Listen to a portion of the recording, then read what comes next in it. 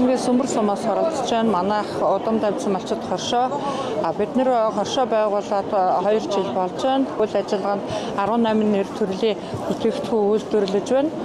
Тэгээ манай бүтээгдэхүүний онцлог гэвэл өөрөө уламжлалт аргаараа хийж байгаа ширгэмэл ааруул болон фермерийнхаа сүүгээр хийж байгаа учраас нэмэн өртөг байхгүйгээр өөрснийхөө өртгөө үнээр нь гаргаж хэрэглэгчтэй нийлүүлж байна. Тэгэхээр манайх бол одоо 2 дахь жилдээ ингээд үзэсгэлэн худалдаанд орж байна.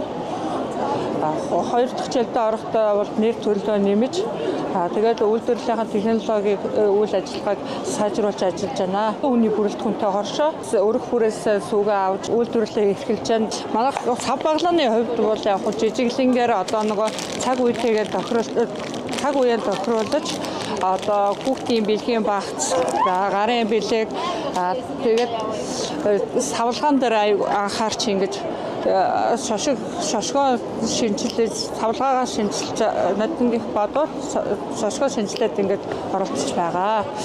Тэгээ манай бүтээгдэхүүн бол яг өөрснөө үйлдвэрлэдэг учраас өөрснийхөө сүүгээр үйлдвэрлэдэг учраас тэрүүгээр даваа тоолж болж өртөг үн нь бол үнэтэй биш, зах зээлийн үнээс бол хямд гарч байгаа. 9 төрлийн энерги бүтээгдэхүүнтэй оролцож исэн. Энэ жил бол ингээд шар сүүгээр бас боловсруулалт хийж байгаа. Тэгээд 9 төрлөө 18 төрөл болгож ингэж нэмэгдүүлсэн байгаа. Тэгээд шар сууны чихэр нэмэгдсэн байгаа. Тэгээд шар сүүгээр эсгэлтээр нь бас архиан гаргаж тэгж бас үйлдвэрлэлтэй бол нэмжээ. Тэгээд төрөлдрийг уул яг жижиглэн савлгаагаараа бас нэмж байгаа. Жижиглэн савлгаа нэмснээр бол яг хүмүүсийн нөгөө авах чадвар болон тэгээд нөгөө сургуулийн хүүхдүүдийн өдрийн хэрэглээгээр тайлцаар нь хангаж байгаа болохоор хүмүүс аягүй дуртай авч байна.